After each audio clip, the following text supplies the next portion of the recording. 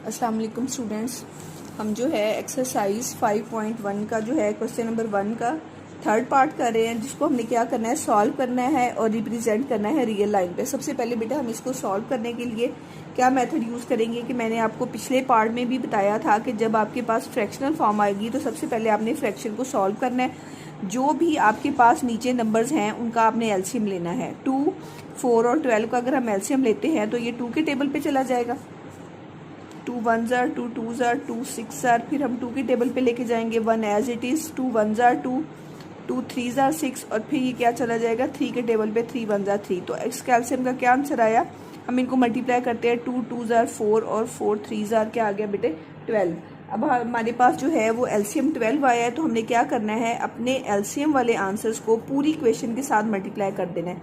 First term के साथ भी, सेकंड टर्म के साथ भी और इसी तरीके से बेटे थर्ड टर्म के साथ भी। जितनी भी आपके पास इक्वेशन में टर्म्स होंगी उतनी टर्म्स के साथ आपने एलसीएम के आंसर को मल्टीप्लाई कर देना है।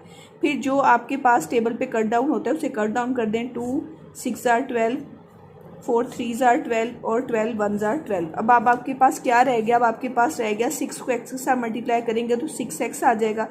-3 3 जार क्या हो जाएगा बेटे 9x, और उधर आपके पास 1 1 जार क्या हो गया 1 ही हो गया। अब यहाँ पे आपके पास दोनों x की टर्म्स है तो x की टर्म को x की टर्म से माइनस कर देंगे। माइनस के 9 है और ये माइनस के 6 है, तो आपके पास क्या बच गया माइनस के 3x बच गया, और यहाँ पे क्या आ गया 1। अब आप x का आंसर निकालना चाहते हो, -3 को आप यहाँ से कैंसिल करना चाहते हो तो आप -3 के साथ डिवाइड कर देंगे, लेफ्ट हैंड साइड पे भी और राइट हैंड साइड पे भी डिवाइड कर देंगे। ये -3 से कैंसिल हो गया, तो आपके पास x का आंसर क्या रह गया -1/3 रह गया। अब यहाँ पे बेटे आप इसको जो है वो जब रियल लाइन पे रिप्रेजेंट करेंगी तो वैसे ही आपने यहाँ पे एक्स एक्सिस बनाना है और यहाँ पे एक्स डैश यानी -x एक्सिस, और सेंटर में हमेशा क्या होता है 0। मैंने बताया था कि आपने अपने इस आंसर के मुताबिक जो है वो इस रियल लाइन पे स्केल को ड्रा करना है। अब यहाँ पे 1/3 है, मतलब छोटा आंसर है, बहुत बड़ा आंसर नहीं है, तो हम इसको 1 1 में ही डिवाइड कर लेते हैं। ये -1 हो गया, ये -2, ये -3, ये -4 और ये -5। इसी तरीके से ये +1, ये +2, ये +3 और ये +4 और ये +5।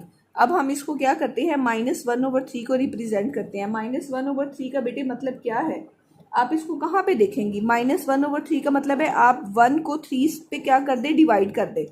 अब क्या आंसर आएगा, ज़ाहिर है 1 इधर रहेगा 3 इधर रहेगा, आप क्या लगाएंगी, पॉइंट लगा के यहाँ पे 0 लगाएंगी, तो क्या आएगा 3 3 जार 9, फिर यहाँ पे 1 कैरी, फिर छोटा हो गया, फिर आप 0 लगाएंगी, फिर